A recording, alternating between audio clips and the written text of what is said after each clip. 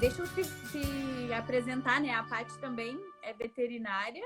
E aí a gente pensou em falar um pouquinho mais sobre o papel do veterinário, né, Paty? Sim, com certeza. Então, para começar, Clarissa, você sabia que nessa situação que a gente está vivendo, né, do coronavírus, muitas vezes a gente ouve falar de vários profissionais, né? A gente ouve falar dos médicos, o importantíssimo papel dos médicos atualmente. A gente ouve falar do enfermeiro, também dos enfermeiros, psicólogos, fisioterapeutas, fonoaudiólogos, dentistas. Todos esses são profissionais de saúde, né? Mas Sim. você sabia que tem um profissional de saúde que trabalha, inclusive, com saúde humana? Será que o pessoal sabe dizer quem que é esse profissional e como é que ele trabalha com a saúde humana? E aí, Eu pessoal? acho que a maioria não imagina, né? Acredito que não, porque o que a gente mais escuta, não sei se aconteceu contigo, Paty, mas quando eu falo que eu sou veterinário, o pessoal pergunta em qual clínica você trabalha, né? Porque tem essa impressão de que o veterinário ele tem só essa atuação mesmo, ou em clínica de grandes ou em clínica de pequenos, né? E, na verdade, assim, tem uma gama muito grande de possibilidades de atuação, né? Incluindo aí a área de saúde mesmo, né? Diretamente com a saúde das pessoas e também com o meio ambiente, né? Então, eu acho que é uma área bem rica, eu sempre falo, né, para os alunos. Tem bastante Mas possibilidades e bem desafiadora também, né?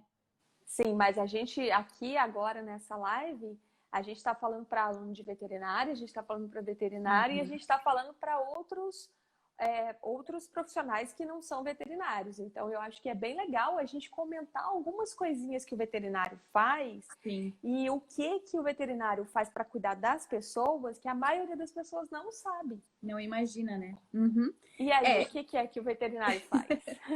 Bom, então dentro desse contexto, eu gosto bastante daquele termo do saúde única, né, Paty? Que é um termo que, apesar de ser algo muito antigo, tem se falado mais nos últimos tempos, né? Internacionalmente falando, é um termo que tem se trabalhado muito mais, porque é um termo que ele fala justamente dessa inter-relação que não dá para mais dissociar entre a saúde humana, a saúde animal e a saúde do meio ambiente, né? Então, não tem como a gente garantir níveis excelentes de saúde para nós, seres humanos, por exemplo, quando os animais com os quais a gente se relaciona, inclusive se alimenta de vários deles, não estão saudáveis, né? Bem como se o meio ambiente onde a gente vive, onde esses animais vivem, não esteja saudável também. Então, a própria pandemia que a gente está vivendo aí, ela é um exemplo disso, né? Do quão importante é essa discussão da saúde única, né? Então, no meu ver, o profissional médico veterinário, ele atua em inúmeras frentes dentro da saúde única, né? Hoje, a Organização Mundial da Saúde, ela traz três grandes frentes da saúde única como as maiores, vamos dizer assim, os maiores objetivos de enfrentamento da saúde, os maiores problemas, né? Então, seria a segurança de alimentos, a parte do controle, né? O combate às zoonoses de forma geral. E, em terceiro lugar, o combate à resistência antimicrobiana. Então, são três coisas que o médico veterinário trabalha, né? E aí, para a galera que não é veterinário nem estudante de veterinária, só lembrando que as zoonoses são as doenças que os animais, né, acabam transmitindo para nós, seres humanos. Então, dentro desse contexto, o veterinário ele atua tanto na produção, lá no campo, de várias espécies animais, né? Desses animais que vão vir a se tornar alimento ou a fornecer um produto, né, de origem animal. E aí a gente pode falar do leite, podemos falar de todos os derivados do leite, podemos falar de mel, do pescado, de ovos, de carnes de várias espécies, né? Então, e aí depois disso no transporte, lá na fábrica, né? Dentro das indústrias mesmo de alimentos. E aí depois na parte de comercialização, exposição. Então, são inúmeras as áreas aí que o médico veterinário atua, né? E o mais engraçado é, não sei se isso aconteceu com você, e eu acredito que aconteça com seus alunos também. Quando eu entrei na faculdade de medicina veterinária, em 1900 e bolinha, não vem ao Não caso. precisa dizer quando, eu também não quero dizer. quando eu entrei na faculdade de medicina veterinária, o meu sonho era trabalhar com equinos, né? Então, assim, eu queria trabalhar com cavalos, aí eu queria cuidar de cavalos, era, assim, uma coisa muito ligada à infância mesmo, esse sonho, esse desejo muito infantil. E só no final da graduação é que eu vim a descobrir que o médico veterinário tem um papel importantíssimo para trabalhar, para cuidar da saúde humana, cuidando ali na parte da inspeção dos produtos de origem animal, né? Então, para quem não sabe quais são os produtos de origem animal que tem ali uma atuação direta do médico veterinário, quais são, Clarissa? Fala aí para o pessoal. Vai dando uma aulinha para o pessoal aí. Então, tem uns produtos que vão ser surpresa para o pessoal. Então, os que eu inclusive comentei antes, né? Quando a gente pensa, eu sempre brinco, o veterinário ele começa a entrar na nossa casa já no café da manhã. A maior parte das casas, né, no Brasil, elas têm um presunto, tem um queijo, tem um leite no café da manhã. Então, o veterinário, ele toma café com a gente, né? Eu brinco, porque ele está presente em vários momentos durante a alimentação, né? Seja isso de origem, né? No caso do leite, são inúmeros os produtos, né? Não vamos citar todos os subprodutos. Das carnes também, de qualquer espécie que a gente imaginar, né? E o mel, os ovos também. Não sei se esqueci de algum. Esqueci de algum, Paty, aí? Esqueceu de um. O tem pescado. Que não? Tem o pescado, mas tem um produto que, inclusive, atualmente eu ando consumindo bastante, até por causa da pandemia do coronavírus, né? Que é um excelente alimento, na verdade, um produto que ajuda muito na imunidade, que é o própolis, que é a própolis. A própolis sim. é um produto do mel de origem animal. Ela é produzida pelas abelhas e ela a gente pode chamar ali, vamos chamar de alimento, acho que vai ficar mais fácil, né? Ela é um produto riquíssimo e que tem um papel super importante aí nos cuidados para melhorar a imunidade, etc e tal. Então, hoje em dia, todo dia eu começo meu dia Muitas com 20 pessoas, gotinhas né? de própolis. Exatamente. E aí, olha só, o médico veterinário começa ali num ponto onde eu nem tô, entre aspas, me alimentando. Já começa ali porque é um produto também que sofre inspeção, né? Que passa indiretamente, né? Ou diretamente pela mão do médico veterinário. Sim. Até a Lili está citando também os nutracêuticos, né? E é algo que tem aparecido cada vez mais também, né? E tem vários produtos que são utilizados que também, vamos dizer assim, passam pela mão do veterinário de alguma forma, né? Então é muito interessante. E essa questão das abelhas, também eu acho que é algo importante a gente falar, que dentro desse contexto da saúde única, né, Paty, elas têm aí uma importância tão grande e infelizmente a gente tem visto, né, essa questão da redução da quantidade das abelhas. Eu sempre falo para os meus alunos, tem algumas áreas específicas dentro desse universo de atuação do veterinário em alimentos que é mais carente de profissionais, né? Então, uma delas é a parte do mel e outra parte dos ovos, no meu ver, assim, né? Que ainda tem poucos profissionais especializados. Então, tem aí uma oportunidade também, né? A Lili está aqui nos elogiando e eu queria chamar a atenção aqui que entrou uma amiga nossa da Pluri, que é a Clair, e a Clair é nutricionista. E aí, como é que fica ali a conversa, a interface? Como é que pode ter como é que um nutricionista pode se beneficiar do contato, de conversar, de ter ali uma interface com o médico veterinário? Fala aí, o que você acha? Na minha opinião, até eu tenho uma nutricionista muito próxima, que é minha irmã, inclusive, né? A gente sempre troca figurinhas a respeito, porque em algum ponto os trabalhos se encontram, né? Porque justamente o que eu falo, uma alimentação de qualidade, ela passa pela escolha, mas ela também, né, escolha no sentido de qual tipo de alimento consumir, mas também na escolha de escolher um alimento seguro, né? E o nutricionista, ele atua nessa seara também, né? Então, por exemplo, como professora de pós-graduação, eu já dei aula para muitos nutricionistas, né? Dentro dessa parte de segurança de alimentos. E o veterinário, ele acaba atuando muito em conjunto com tanto nutricionistas quanto farmacêuticos especializados nessa área, quanto zootecnistas.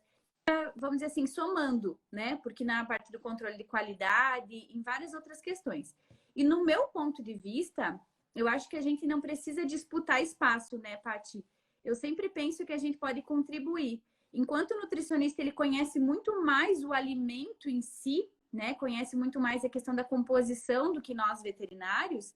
Quando a gente fala em produto de origem animal, o veterinário ele é o profissional que ele conhece melhor a fisiologia, a anatomia desse animal e consegue compreender melhor, inclusive, essa questão das doenças mesmo, né, associadas ao animal que pode ser transmitida através desse alimento. Então, que são as doenças veiculadas por alimento. E a Clay já aproveitou a deixa e já fez uma pergunta, e uma pergunta bem importante. Ela perguntou se a toxoplasmose pode ser transmitida por alimentos. Sim. E aí, Clarissa? Se quer que eu responda ou quer responder? Eu quero que você responda. Eu adoro essa pergunta. Porque, na verdade, o que eu percebo é que existe um tabu muito grande em relação à toxoplasmose, né? Porque sim, o gato tem envolvimento nesse, né, vamos dizer assim, em todo o ciclo dessa doença, mas a gente percebe muito a ligação do consumo, principalmente de carne, né, contaminada. Então, sim, inclusive gestantes, né, precisam evitar o consumo de produtos crus em função dessa possibilidade de transmissão via alimento, de origem animal, né, exatamente. Principalmente. E não só por causa da toxoplasmose, como listéria. Por causa de outras, exatamente, listéria, né? Então, assim, ali a Lídia falando de cisticercose e toxoplasmose, tem muitos tabus. Tem muitos tabus, realmente muitos tabus. Mas deixa eu citar uma coisa, Paty, até tem um grupo de estudantes, meus alunos, do início do curso de graduação que eu dou aula hoje, que estão desenvolvendo, inclusive, um trabalho falando sobre o tabu da toxoplasmose. Me lembrei agora. Justamente tratando desse tema, né? O quão é importante a gente informar a população dessas questões, né? Sim, com certeza. A Lídia tá cruel, né? Porque ela só quer pergunta polêmica. Ela tá perguntando o tal do hormônio no frango. Quer responder, Paty? A Lídia Pessimim. Bom, então, no Brasil é proibido a utilização de hormônio para qualquer tipo de animal de produção. Essa é a legislação que a gente tem aqui no Brasil. Nos Estados Unidos, e a gente tem pessoas aqui dos Estados Unidos que estão assistindo a live, os Estados Unidos eles autorizam a utilização de hormônios anabolizantes, principalmente para bovinos. Mas no Brasil não é permitido a utilização de nenhum tipo de hormônio exógeno. Por que eu falo exógeno? Porque todo ser vivo, todo animal, ele tem hormônios circulantes produzidos por ele próprio, né? Então a gente não pode dizer assim, o frango não tem hormônio, ele não recebe na alimentação ou nenhum tipo de hormônio artificial. Mas obviamente, né, na fisiologia ali da ave, vai ter alguns tipos de hormônios que são circulantes, da mesma forma que tem em mim, que tem em você e tem em qualquer pessoa. Então a legislação brasileira, e nesse ponto eu acho fantástico, porque a gente tem uma legislação bem mais restritiva em relação a isso, né? A gente não autoriza nenhum tipo de hormônio anabolizante para aumentar o crescimento do animal, o animal ficar maior, mais forte, mais musculoso, né? Então essa é uma dúvida que as pessoas têm, porque o frango, com o passar dos anos, ele foi sendo muito desenvolvido geneticamente, melhorado, a alimentação, né? Exatamente. Então, é justamente selecionado para ter um frango que hoje é muito diferente de um frango de granja, um frango tradicional, né? Um frango de criação de casa, né? Do quintal, da fazenda, né? Então, as pessoas ficam em dúvida mesmo, mas é bem importante a gente sanar essa dúvida aí. E é importante comentar, né, Paty, até eu comecei a minha carreira numa grande indústria de criação de frango, né? Então, eu fazia parte de extensão. E o que eu sempre falo para os meus alunos quando eu recebo esse tipo de pergunta é que muitas vezes as pessoas confundem o que é hormônio e o que é um promotor de crescimento, por exemplo, né? Então, não conseguem compreender o que a genética, junto com uma nutrição legal, pode fazer, que é a grande questão, né? Sim. A evolução que se teve, principalmente aí avicultura e suinocultura, eu diria, né?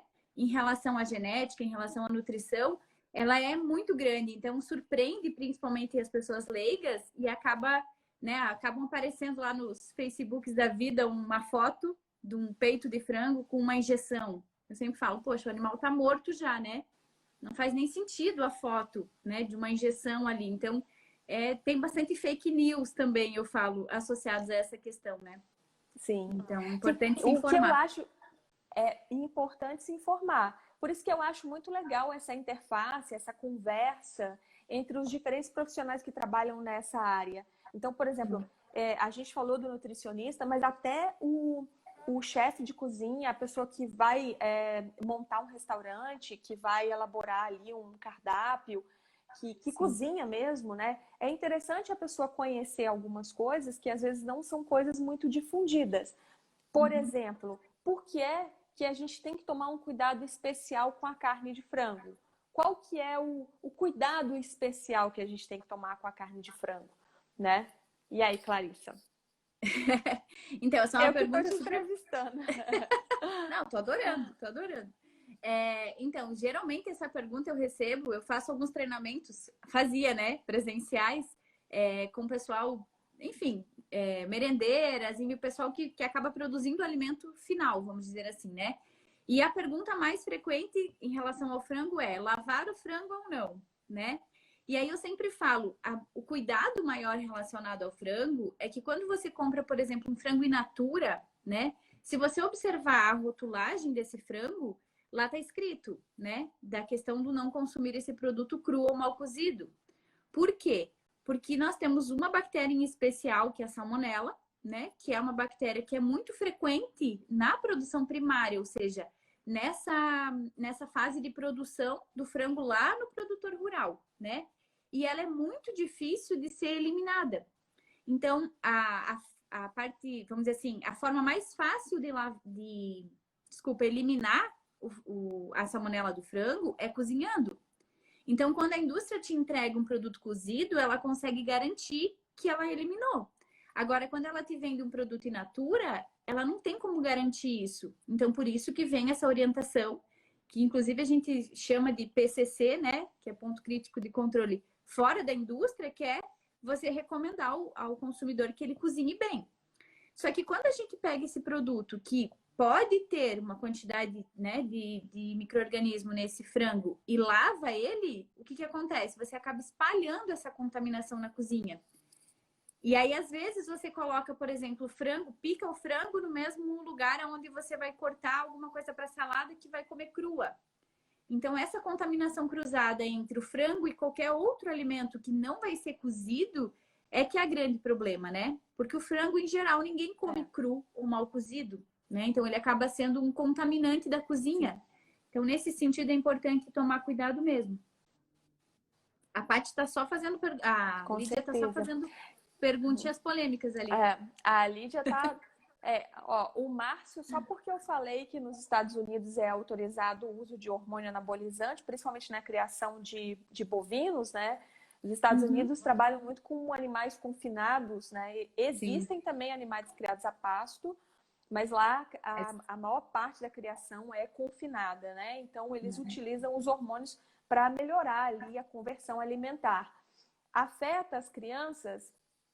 Bom, Márcio, aí é aquela coisa que eu falei da interface entre o veterinário, o nutricionista. Agora a gente teria que chamar um médico, né, para poder falar sobre essa situação. Geralmente, mesmo os países que autorizam a utilização de hormônios anabolizantes, existe ali um limite máximo permitido na legislação. Então, por mais que se permita a utilização de hormônio, ela é uma utilização controlada. Então, idealmente, na carne, na gordura, no produto final, você tem que ter níveis ali residuais de hormônio que são considerados seguros, né? Então, assim, lá nos Estados Unidos existem também os órgãos que trabalham com inspeção de alimentos e eles fiscalizam e verificam realmente se ali aquele produto final, né? A carne, os órgãos, a gordura, né? Toda essa parte aí do animal, do bovino, né? O produto final tem ali um nível de concentração de hormônio que é considerado seguro. Então, no mundo ideal, não afetaria, até porque a gente não pode comercializar nenhum tipo de alimento que ofereça risco. O alimento, o pressuposto maior de um alimento é que ele seja seguro, que ele não ofereça risco. Né? E aí você fala assim, tá, mas e a salmonela? Bom, a salmonela no frango, por exemplo, aqui no Brasil e em todos os países, a gente faz uma tentativa, um trabalho muito forte para reduzir a quantidade de bactérias que podem estar presentes. Não significa que todo frango não tem necessariamente a bactéria, tá? Mas existe uma probabilidade maior de ela estar presente naquele produto. Por isso que a gente toma cuidado, né? Então, não existe como garantir, assim, pode... né, Paty? Não existe como garantir. Por isso que é bem importante a gente comprar alimentos de uma origem idônea, né? Tomar cuidado com aquilo que a gente adquire, né? Comprar alimentos que sofreram ali uma fiscalização, né? De empresas que têm esse cuidado, né? Para a gente evitar realmente que acabe colocando a vida das pessoas em risco. Deixa eu só comentar uma coisa, Paty, que muitas vezes as pessoas, quando a gente fala que pode ter, por exemplo, a bactéria salmonela no frango, isso não significa que ela vai estar em quantidade suficiente, por exemplo, para causar uma doença, né? Isso é importante a gente salientar que nem sempre a presença de uma bactéria no alimento, ela significa doença. Tem muitas questões envolvidas aí, tá? Que isso é assunto para uma live só disso, né? Tu queria falar de alguma pergunta? Mas tem uma pergunta da Bruna aqui que eu não sei se a gente vai conseguir responder. Vamos ver. Ela falou o seguinte: sei que gatos não pegam o vírus. Eu acredito que ela está falando do vírus, do coronavírus, da coronavirose, né? Uhum. Da pandemia. Sei que gatos não pegam o vírus, mas tenho medo que volte no pelo dele, caixinha, curativo, etc. E por estar em recuperação, não posso dar banho. O que eu faço? É ruim deixar sem castrar durante a pandemia? Ele sai de casa. Tanto ele vai para o quintal, como outros gatos dos vizinhos vêm no nosso quintal. Não tem controlar isso. A pessoa está preocupada porque ela gostaria de castrar o animal. Aqui, ó, ela fala, adotei um gato que precisa ser castrado. E aí ela mora com um grupo de risco, ela está com receio de levar esse animal para castrar numa clínica, né? E eventualmente voltar ali a caixa de areia, a caixinha de transporte, o próprio gatinho contaminado. Bom, e aí? Será que a gente consegue responder isso? Olha, dentro do meu conhecimento sobre, né, eu costumo até explicar para os alunos até o que se sabe, né? E aí nada aqui é definitivo, porque a gente está aprendendo muito também sobre esse novo vírus, né? Apesar dele ser antigo em partes, né? Mas essa modificação ela é nova, então a gente está aprendendo sobre. Mas a gente compara os nossos animais de estimação quanto à transmissão, né? A um animal de pelúcia, né? Então, claro que no pelo poderia ficar na caixinha.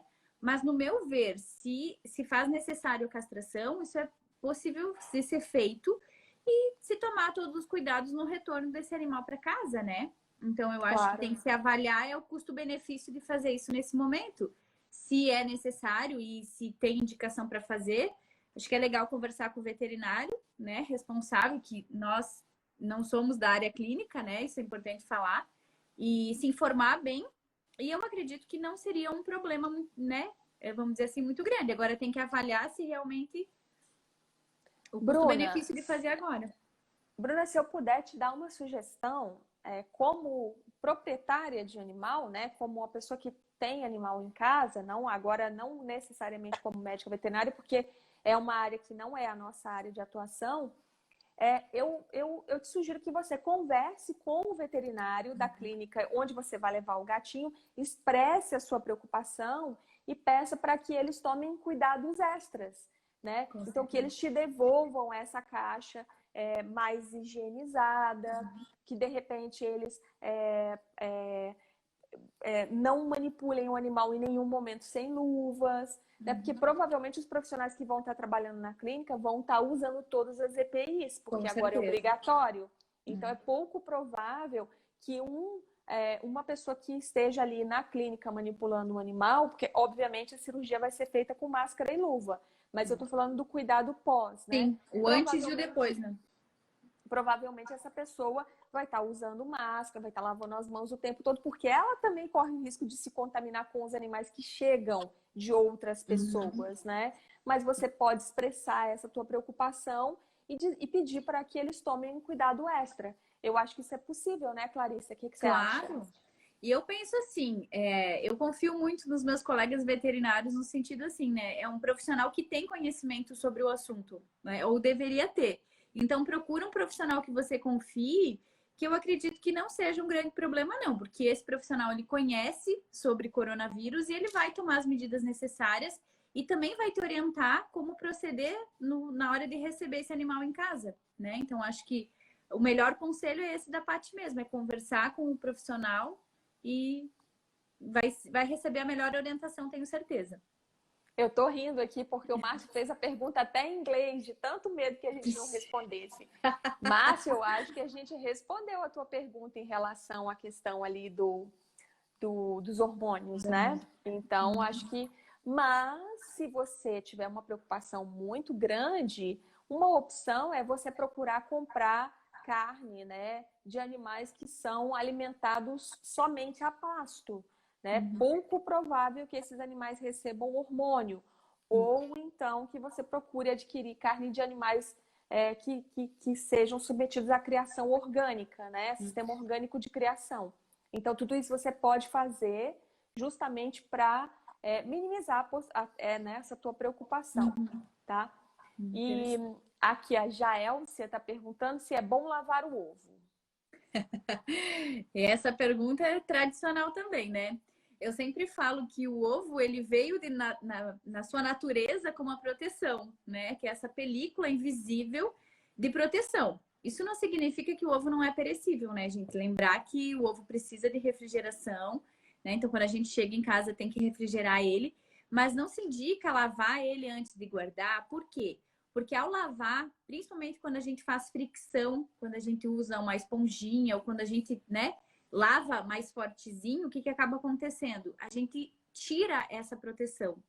E a salmonela, que é a maior preocupação em relação ao ovo, ela tem uma transmissão que a gente chama de horizontal, que seria não da ave para o ovo, e sim das fezes da ave, que estão na casca, para dentro do ovo. Então, o que acontece? Quando você limpa e você tira essa proteção, muitas vezes aquela salmonela que estava do lado de fora, ela acaba entrando. E aí você lava e deixa guardado, né, na geladeira um tempo.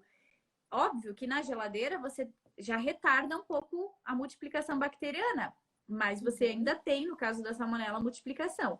Então, o melhor jeito é não lavar antes de guardar e refrigerar, né? A gente indica que não faça na porta.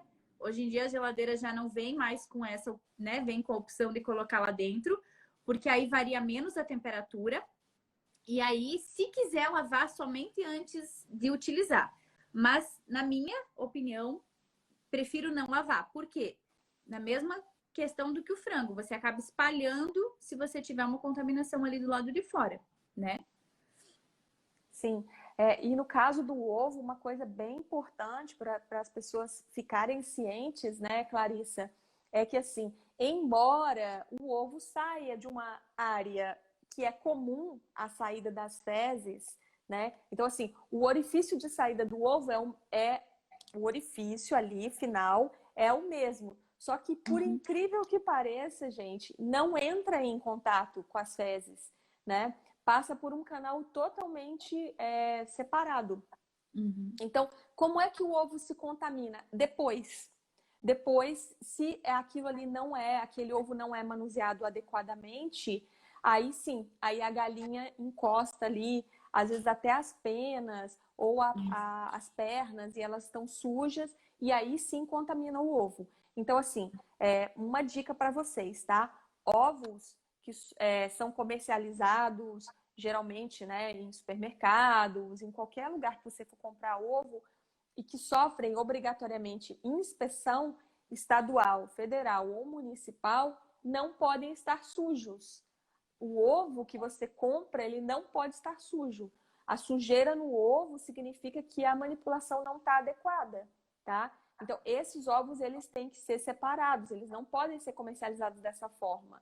Então, se você começar a comprar ovos e você continuar e começar a encontrar ovos sujos, você tem que entrar em contato com a empresa, com o serviço de atendimento ao consumidor da empresa, ou você pode entrar em contato com o órgão de fiscalização daquele produto, né? O CIE, que é o Serviço de Inspeção Estadual, ou o CIF, que é o Serviço de Inspeção Federal, ou o SIM, SIM, que é o Serviço de Inspeção Municipal. Você entra em contato e você faz uma reclamação. Olha, eu estou comprando ovos de tal empresa e esses ovos estão vindo sujos. E porque essa sujeira ela não pode acontecer.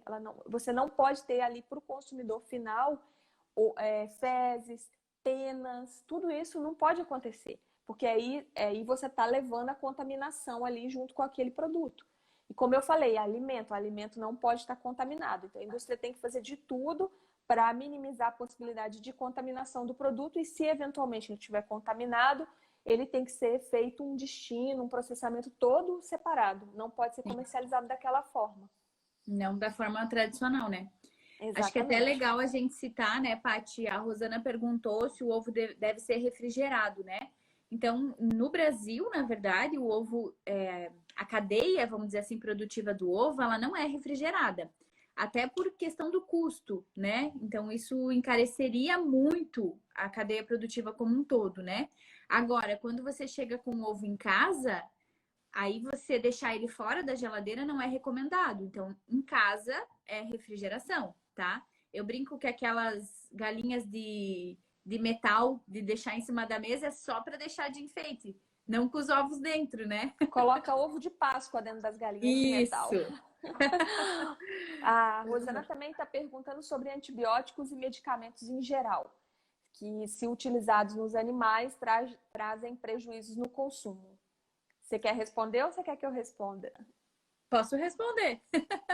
Vai lá. Então, na verdade, tanto essa questão dos antibióticos, né, que muitos são usados também como promotores de crescimento em produção animal, eles, quando utilizados, por isso que precisa do acompanhamento do médico veterinário. Eles só podem ser utilizados por médico veterinário e eles têm um período de utilização que a gente chama, né, depois, vamos dizer assim, se utiliza, por exemplo, por 5 dias, aí tem o período que tem que ficar sem utilizar antes de abater um animal, por exemplo. Então, por isso, a gente reforça a importância de que o profissional acompanhe, né?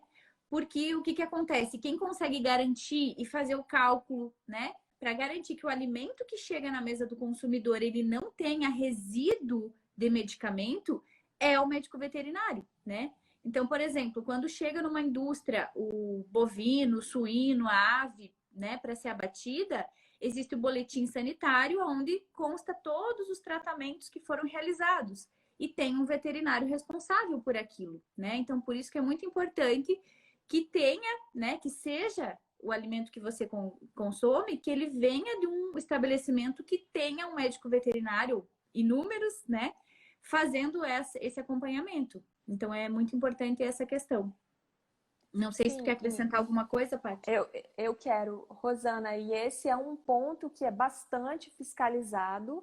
A gente tem um trabalho bem forte, os médicos veterinários, e aí, no caso, em fábricas de ração, a gente também tem a atuação dos zootecnistas, que também é um profissional que trabalha muito na parte relacionada à produção de alimentos, principalmente alimentos de origem animal. Então, assim, tem uma atuação muito forte desses profissionais. Eu estou falando agora sobre fiscalização, justamente para fiscalizar ali da fábrica que vai produzir a ração que aquele animal vai consumir. Nenhum tipo de medicamento pode ser colocado na ração se não for prescrito por um médico veterinário, que passa a ser responsável ali justamente para garantir que não não prescreve, o medicamento que não pode prescrever e a dosagem que não pode ser administrada. Então, existe um trabalho bem importante ali nessa parte. Depois disso, vamos pensar que, eventualmente, alguns animais ficaram doentes e precisaram receber uma medicação que não está na ração, extra, né? Essa medicação geralmente vai aí pela água, né? E essa medicação também é necessariamente, obrigatoriamente prescrita por um médico veterinário. E aí, nesse caso, é só o médico veterinário que pode prescrever medicamento animal, da mesma forma que só o médico humano pode prescrever medicamento humano. Então, esses animais, eles são avaliados, eles recebem a medicação e é que nem a Clarissa falou, tem que haver um tempo, durante esse tempo, o organismo do animal metaboliza e elimina o resíduo daquele medicamento. Aí você vai me perguntar assim, tá, mas não fica nada, absolutamente nada? Não. Pode sim, alguns tipos de medicamento, ficar uma quantidade muito, muito, muito pequena, né, que respeita da mesma forma que os hormônios de crescimento lá nos Estados Unidos, que respeitam um limite que é regulamentado e que é fiscalizado. Então, assim, eventualmente, sim, o animal recebeu um antibiótico, mas aquele antibiótico não pode estar presente no produto final, ali na carne, ou nos ovos, ou no leite, em uma quantidade que é considerada nociva para a saúde humana. E já existe um movimento muito grande, mundial, para trabalhar com a redução do uso de antibióticos na criação de animais.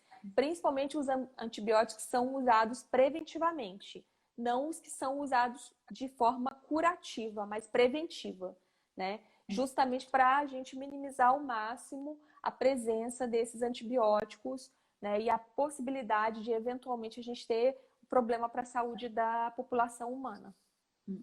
Até porque eu falo, né, Paty, o problema da resistência antimicrobiana ela é cíclica, né? Porque você, por exemplo, o animal recebe uma medicação, ele vai, através do resíduo do próprio animal, né? Então, da urina, das fezes desse animal, o meio ambiente também vai receber, né, bactérias às vezes resistentes. E aí, lá, aquela bactéria que está resistente no hospital, daqui a pouco também. Então, existe uma circulação, vamos dizer assim, dessas bactérias resistentes, né? Então, para a gente enfrentar o problema da resistência antimicrobiana, a gente precisa agir em todas as frentes possíveis, né? E uma das principais, pelo volume, né, é a questão do uso na produção animal, né? Sim, com certeza. Eu estou olhando aqui mais algumas perguntas.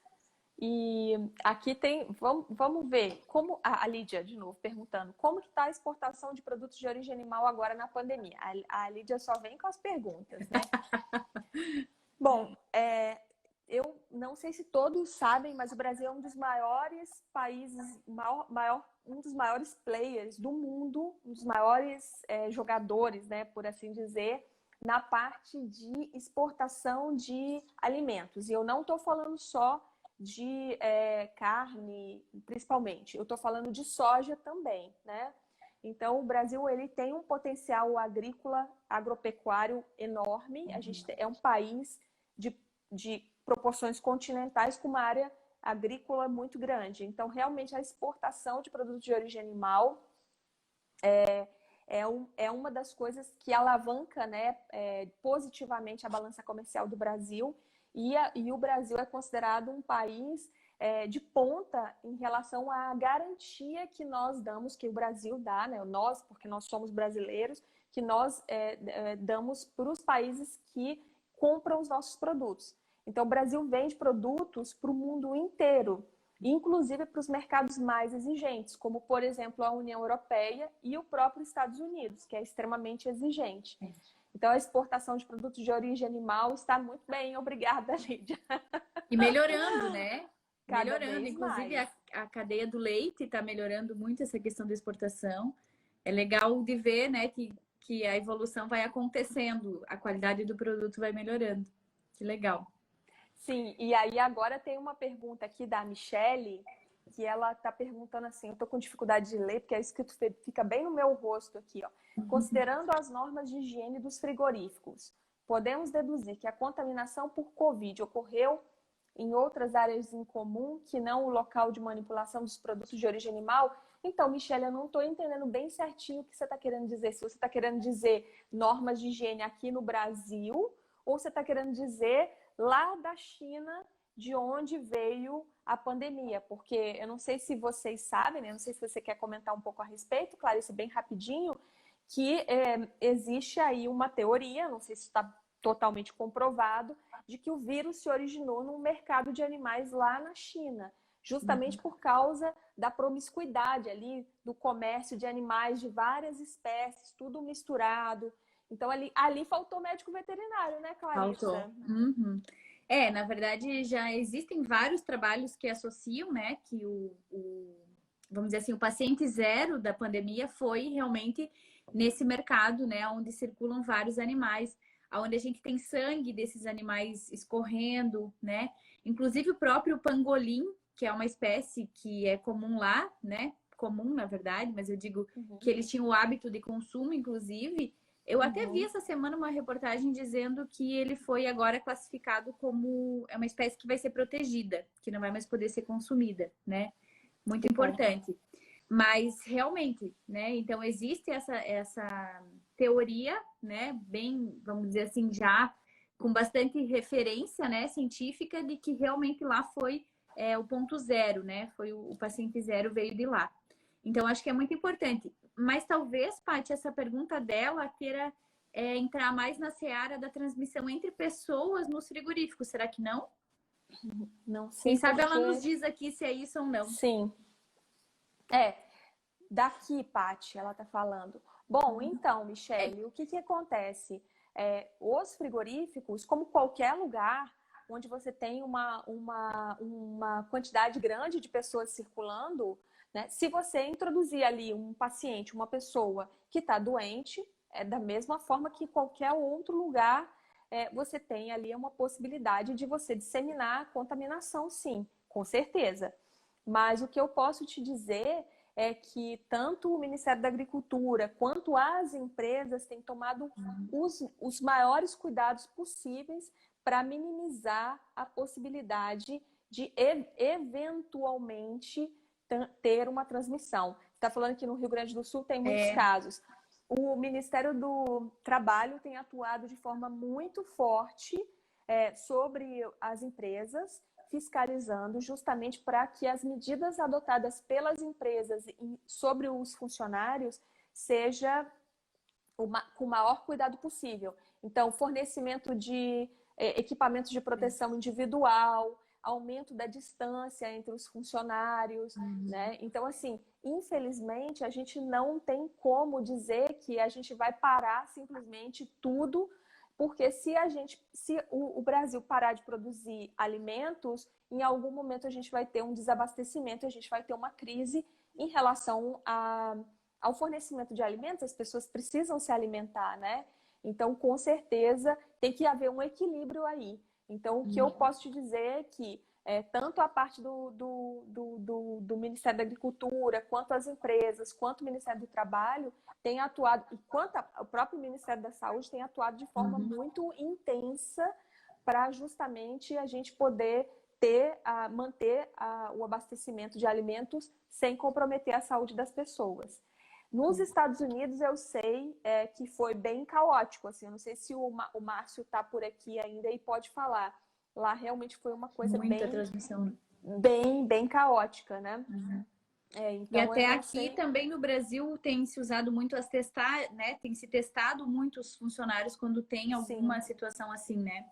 Eu tenho visto assim uma movimentação bastante grande, uma preocupação bastante grande, né? E lá no Rio Grande do Sul, em especial pelo que veio acontecendo ali na região de Lajeado, principalmente, né? Inclusive no transporte, né, Paty? Mesmo antes de chegar no frigorífico, já tem que ter o distanciamento no transporte, vários momentos. Então, é uma logística bem difícil de trabalhar, mas o esforço tem sido grande na minha visão, pelo menos. Sim, é porque, assim, a gente que é da área, não sei se a Michelle é veterinária também, mas a gente que é da área de saúde, né, todo mundo aqui é da área de saúde, veterinário, médico, enfermeiro, etc. Uhum.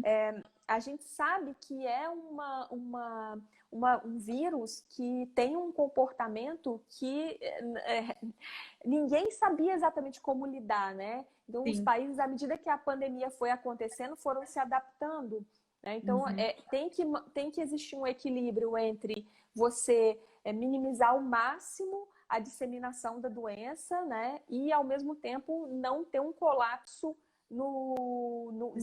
das pessoas, exato, não, e nem as pessoas ficando doentes porque não estão podendo se alimentar, né? Você também tem que ter um equilíbrio ali, né? Claro. Então, assim, é bem desafiador, mas eu acho que aqui no Brasil a gente está conseguindo fazer um trabalho, pelo menos em relação à parte veterinária, né? Muito bom, de muito boa qualidade, né? E eu acho interessante que essa pandemia, em vários momentos, ela trouxe a gente para uma situação de desconforto, né, Paty, que traz essa questão da interdisciplinariedade. Em vários momentos, por exemplo, os órgãos precisaram conversar, né? O Ministério da Agricultura, por exemplo, não tem como resolver essa questão dos funcionários sem o Ministério da Saúde, sem o Ministério do Trabalho, né? Sim. Ou falando aqui mesmo, o veterinário precisando conversar com o médico, com o nutricionista, né? Então, precisando com um tecnólogo de alimentos. Então, as profissões precisaram conversar mais, as áreas precisaram conversar mais. E, nesse sentido, eu acho que é positivo. A gente entendeu que a gente precisa trabalhar em conjunto, que não adianta um trabalhar na sua parte se o outro não tiver, né? Então, acho que a colaboração é a grande palavra dessa pandemia, na minha visão, assim. E não só a colaboração, entender um pouco qual que é o trabalho e quais são os desafios do outro. Porque se eu quiser me colocar dentro de uma bolha aqui e me proteger, não é sustentável, eu não consigo, sabe? Eu como profissional, preciso muito ter o contato, o acesso, né, o auxílio de outros profissionais. Então, é uma cadeia de inter-relação muito forte, né? Estamos todos numa grande teia, né? Onde o que afeta um afeta o outro. Então, é bem importante você ter o conhecimento até do que o outro espera de você e o que ele é capaz de fazer, né? E o que ele não pode fazer também. Isso é bem importante, né? É bem legal. Os limites, né, de cada um.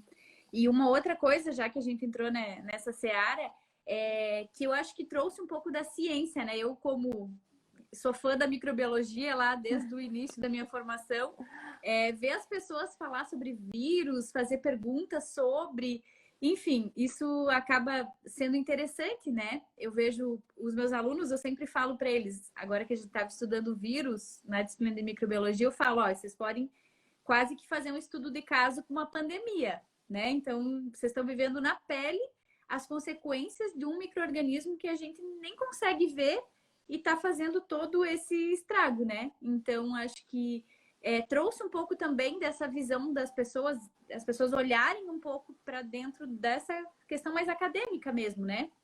Sim. Mais da saúde, vamos dizer assim, dos bastidores.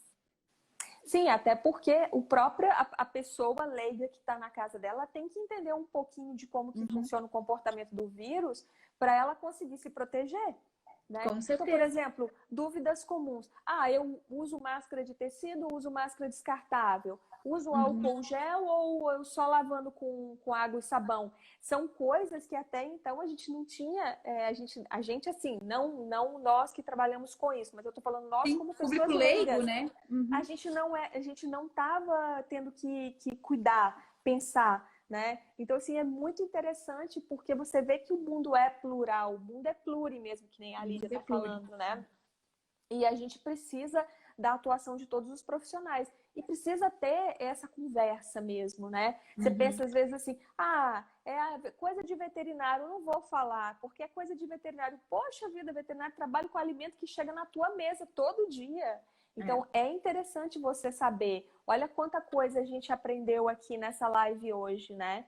Que eu aposto que um monte de gente não sabia.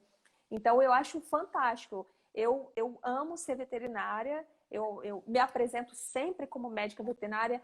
Qual é a sua profissão? Médica veterinária. Porque eu amo a minha profissão, mas eu acho que a gente não é uma ilha, a gente depende de Uhum. outras pessoas. E melhor de tudo, Clarissa, não é nem depender.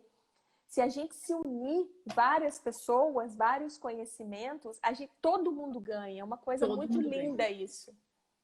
E o que eu sempre falo, a inteligência é uma coisa muito relativa, né? A gente pode ser muito inteligente num assunto e completamente ignorante, no bom sentido, em outro, né? Então, quanto mais pessoas a gente se conectar e conversar, mais a gente vai aprender, porque sempre tem alguma coisa que a gente pode aprender de novo, né? Sobre uma Sim. perspectiva de outro, assim. Então, e acho que é bem esse caminho, já que a gente está falando disso, né, Paty, da pluriversidade. Eu admiro muito essa questão, porque cada um vem com a sua bagagem, com a sua experiência e consegue contribuir, né? Então é um ambiente de contribuição, isso é muito legal. É uma troca fantástica. Eu posso dizer para você e para todo mundo que está ouvindo aí, tá cheio de plurilovers aí, Que bom. que assim, meu Deus, assim, a gente, primeiro eu acho que traz um pouco humildade pra gente, porque a gente percebe o quão pouco a gente sabe, o quanto que tem para saber, e ao mesmo tempo traz uma sensação de contribuição, porque o meu pouco é muito para alguém que não sabe, né? O seu Exato. pouco é muito para alguém que não tinha a menor ideia do que era isso que a gente estava falando. Então, assim, é fantástico mesmo. É realmente um ambiente surreal. Eu sou Surreal. suspeita, mas tudo bem. Olha, eu também. Eu sempre falo, e envolvendo a Lídia, né, e você, Paty, sempre sou suspeita para falar, mas é uma alegria muito grande de ver isso acontecer, né? Então, inclusive para os meus alunos, eu vi alguns alunos aí, inclusive alguns falando de plasmídio, só me dando orgulho aqui. Já vou anotar aqui na chamada um maisinho. Mas convidando também a conhecer a pluriversidade, né? Para quem não conhece, porque, nossa, o que não faltam são opções de cursos e de lives legal, né? Então acho que é muito, muito interessante. Sim, porque assim, você e eu, a gente já está formada há bastante tempo, você tem até doutorado, né, Clarissa? Então, assim, só que uma coisa que é bem interessante, a gente sai da universidade, a gente tá cheia de conhecimento técnico, a gente tem muito Sim. conhecimento técnico. Só que o que acontece? A gente precisa saber comunicar esse conhecimento para as outras pessoas. A gente precisa saber escutar o que a pessoa tem para nos dizer. E essas são habilidades que a universidade geralmente não ensina. São as soft skills, né? Então, gerenciamento de conflito, comunicação, né? Coisas que não estão dentro do mundo acadêmico. E na Pluri a gente consegue ver tudo isso. Então, é fantástico. E até mindfulness. Porque hoje em Sim. dia, quando você está trabalhando, você precisa ter técnicas e práticas de atenção plena para você estar presente, para você estar focado. Imagina um cirurgião que não tem atenção plena. Ele Não vai ali, consegue. corta algo que não é para cortar e deixa coisa que não era para deixar, entendeu? É. Então, assim, são coisas muito, muito valiosas para o profissional. E essas habilidades a gente consegue aprender muito aqui na Pluriversidade. É muito massa mesmo, muito legal. E eu vejo até essa questão, né, Paty? Muitas vezes os veterinários, os aspirantes a veterinários, eles vêm com essa noção de que, eu não gosto de pessoas, então eu vou fazer veterinário, eu não me relaciono bem com pessoas, vou fazer veterinária. E aí eu sempre brinco com eles, que ilusão, né? Porque, na verdade, relacionamento interpessoal você precisa para qualquer profissão, né? Então, não gostar da nossa própria espécie é algo que a gente precisa, né, reavaliar, porque nós somos seres humanos. E a gente precisa aprender a lidar com os outros seres humanos, né? Então, às vezes, dentro da universidade mesmo, do ambiente acadêmico, fazer trabalho em grupo é difícil, né? E eu sempre falo para eles, quando chegar no mercado de trabalho, o conhecimento técnico está no livro, né? Ele é o mais fácil, vamos dizer assim, de adquirir. Agora, Sim. a habilidade para ensinar alguém, por exemplo, a habilidade para poder colocar em prática, né? A habilidade para poder se relacionar com uma equipe de trabalho, isso é mais difícil de desenvolver. E é o que o mercado pede, né? Então, Sim. acho que a gente precisa refletir sobre isso. Sim. Pegando aqui, por exemplo, o exemplo da Bruna, né? a pessoa que falou que tem um gato para castrar, mas ela tem uma preocupação. Quando ela chegar na clínica e ela expuser o problema dela, que é, olha, eu gostaria de castrar meu gato, mas eu convivo com pessoas que são do grupo de risco, o veterinário ele tem que ter a capacidade de escutar isso e trazer a solução, que não só a solução do problema, mas ele conseguir trazer o convencimento para essa pessoa de que ele vai sim trazer as garantias para que o gatinho seja castrado, volte para casa e não tenha problema nenhum. Isso é capacidade de comunicação e muitas vezes a gente não tem essa habilidade. Não, e na verdade trazer essa segurança, né? Inclusive tem vários veterinários que trabalham com essa parte de processos e tal, e se comenta, né, que a grande ocorrência de processos, por exemplo, contra médicos veterinários, tem a ver com falhas na questão da comunicação. Então, muito importante que a gente desenvolva isso, né? Sim, ó, tem uma aluna aqui falando que eu nunca deixo fazer trabalho sozinho. Não, não deixo mesmo. Eu falo para eles que tem que aprender na marra. Lali, e a sua professora tá certa, porque hoje em dia uma das coisas mais importantes é você conseguir trabalhar juntamente com outras pessoas, como a gente estava falando aqui agorinha mesmo, né? Não existe um profissional sozinho que resolve tudo, a gente precisa uns dos outros, né? Então, aprender habilidades interpessoais, nota 10 para sua professora aí, que é importantíssimo. Paty, nós estamos com 2 minutos. Eu vi. Então, acho que passou tão que gostoso. Mas a gente vai ter uma live no dia 26 de julho, não é isso? 27, não é? 27 de julho. 27 de julho. 27 de julho. O pessoal pode anotar aí. Se vocês quiserem, mandem perguntas para a gente responder. Isso aí. E se também tiverem alguma dúvida que não tenha sido respondida, é só entrar em contato com a gente depois, né, Paty? Sim, com certeza. E o pessoal da Clarissa aí segue a Pluri, né? Os alunos da Clarissa venham a fazer parte desse projeto que é maravilhoso.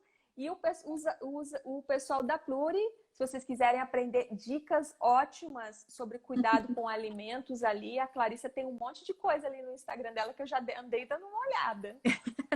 Então, a gente está movimentando. Essa pandemia está fazendo a gente sair da zona de conforto, né, Paty?